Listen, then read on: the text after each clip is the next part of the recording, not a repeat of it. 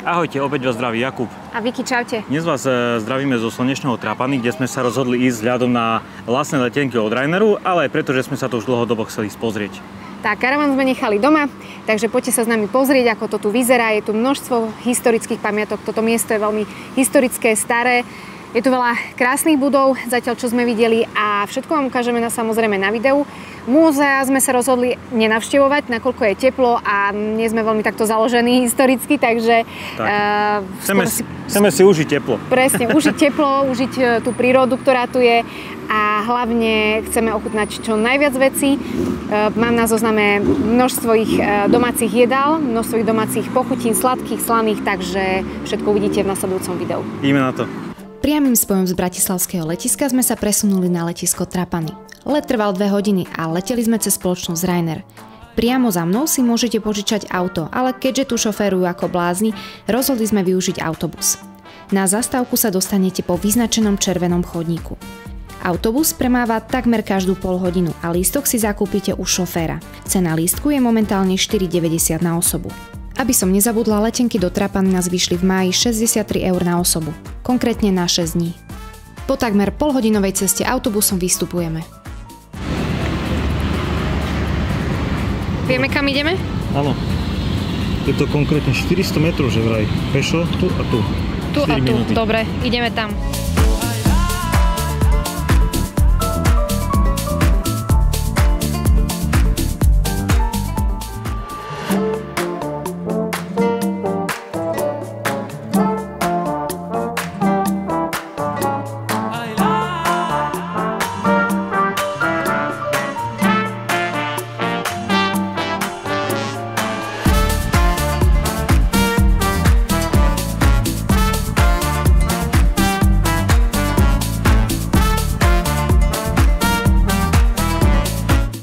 Včera dali pistáciovú zmrzlinu, bola výborná, tak sme si dali teraz inú zmrzlinu, nejakú krokočino, vôbec neviem s čím je. Do prdele vlasy. Mňam. Úplne chutí ako s džemom.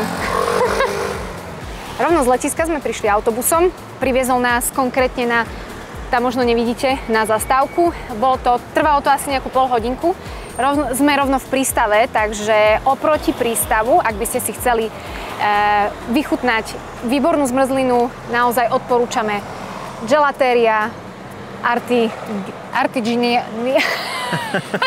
Gelatéria proste. Proste nejaká Gelatéria, je výborná, naozaj úžasná zmrzlina. Ich taká, by som povedala, možno národná zmrzlina je pistáciová, takže ju nájdete všade. Priamo z Trapany, z prístavu, odchádzajú lode na tieto 3 ostrovy, čiže Levanzo, Favignana a Maretino. Neviem, či to čítam dobre, ale vidíte to, ako to vyzerá. My pravdepodobne by sme sa chceli vybrať buď na Favignanu alebo Levanzo. Asi možno zajtra, pozajtra uvidíme, aké bude počasie, ale chceli by sme ísť. Ceny týchto lístkov si môžete pozrieť aj konkrétne tuto.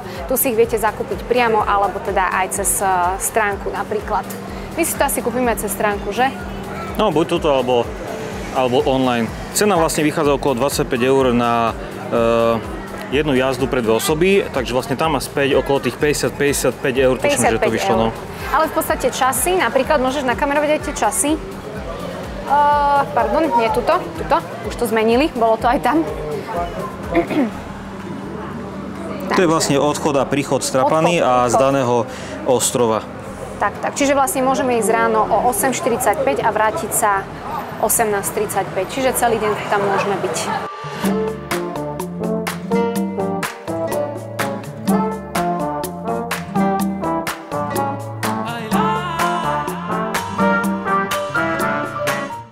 Všimla som si, že tu chodia ľudia ešte aj s kuframi, takže pravdepodobne je tam aj nejaké ubytovanie, takže sa tam idú ubytovať na nejakých pár dní. My tam pôjdeme len na jeden deň na otočku, takže ostaneme tu na Trapany.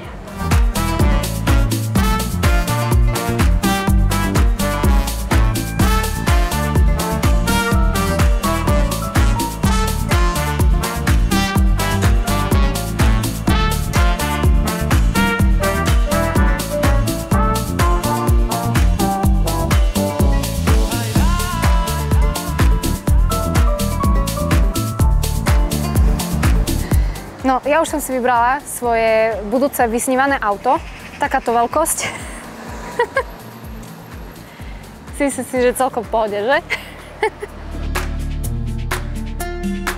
No a keď som hovorila o prírode v Trapani, tak myslela som práve tieto stromy. To je asi celá príroda, ktorá sa tu nachádza. Ale nie. Zajtra by sme chceli ísť na lanovku do Eriče, takže snáď uvidíme aj trošku viac tej zelene. Ale keď si všimnete, tak sú tu stromy dosť zvláštne. Vyzerajú, ako keby boli napadnuté nejakou hubou, ale vôbec som nevygooglila, ako sa volajú tieto stromy. Ale všimla som si, že niektoré sú dokonca aj duté znútra.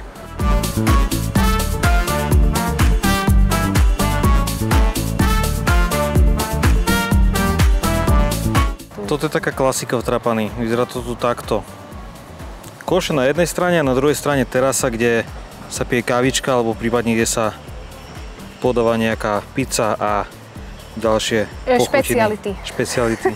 Možno sú to bonsaje. Neviem to vôbec ani vygoogliť, ako sa volajú tie stromy. Ale odpadky sú tu na každom rohu.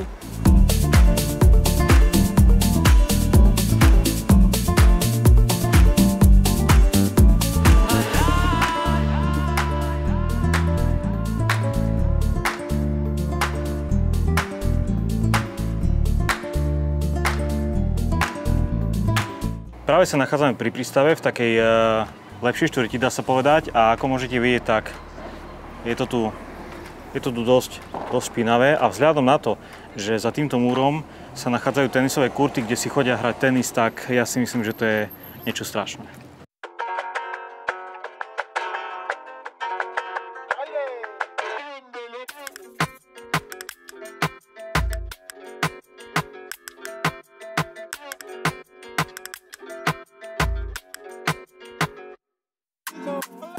Nie, že by som vám chcel ukázať len tie najhoršie miesta Trapani spolu zvyky, ale proste 90% uličiek vyzerá takto. Všetko tu je také, že zošťaté a zosrané.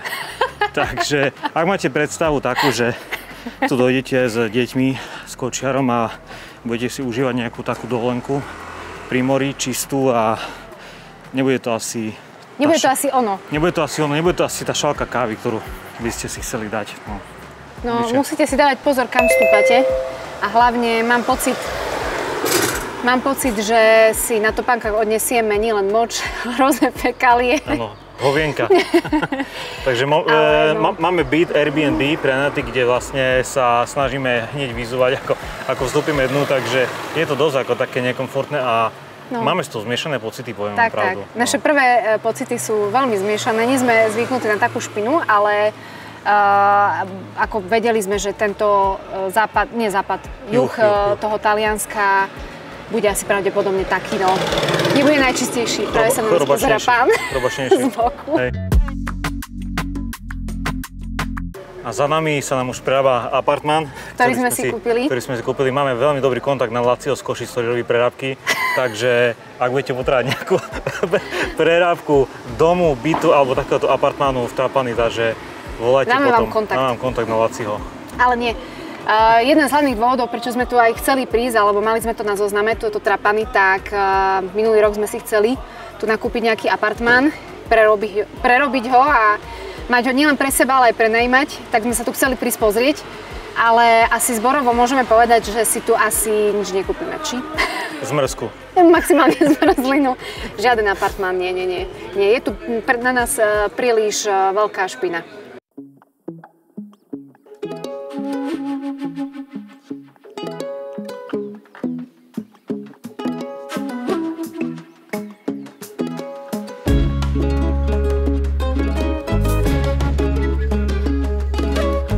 Práve sa nachádzam na jednej z najznámejších ulic v Trapani. Volá sa to Corso Vittorio Emanuele a je to jedna z tých krajších ulic, čistejších, kde je veľa reštaurácií, veľa barov a veľa aj luxusných obchodov. A je tu čistejšie.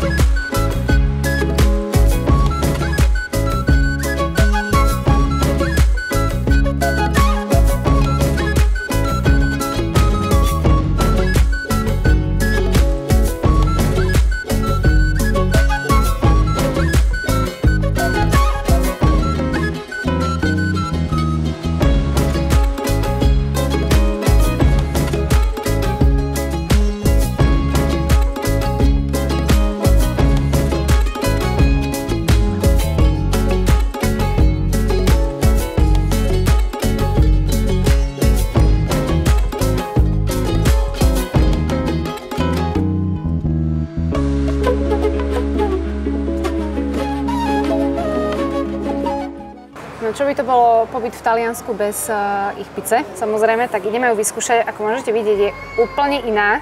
Vyzerá tak trošku koláčovito a vôbec neviem, čo je na vrchu. Jak, tak. nevieš, čo sme si objednali? No, vôbec neviem. Toto vyzerá normálne ako čerešňa. Ale je tam nejaká posypka. Takže uvidíme, ako to chutí. Ale máme nádherný výhľad, sedíme priamo na promenáde. Takže by som chcela povedať, že cena vlastne tejto pice volá sa Mickey Pipi a stála 10 eur. Potom sme si dali ešte kávičku za euro 50 a je tam ešte servisný poplatok, v podstate 2 eurá, to je už vlastne tringel. Čiže tringel sa tu už nenecháva, to je v podstate ich tringel, ktorý je už zarátaný v tom účte. Takže sme celkovo zaplatili 15 eur, ešte nám donesú kávičku. Tak, dobrú chuť. Ako hodnotíš túto pizzu? No keďže sa smeješ, tak si už napovedal tomu, ako chutí tebe. Ale je to niečo iné ako u nás. To cesto je také iné, také chunkavejšie, podľa mňa. A je tam cítiť dosť olej. A paradajky. Olej, paradajky, také akože sú také žhutné. A mám pocit, že obloha je u nás v podstate, že pizza je u nás na Slovensku v rámci oblohy, že to je podstatné, ale tu je to cesto a... Na ďalší deň sme sa vybrali mimo mesta a hľadali sme peknú pláž na kúpanie. Avšak, ako vidíte, všade boli odpadky a necítili sme sa tam dobre. Vrátili sme sa späť do mesta a kúpali sa na mestskej pláži.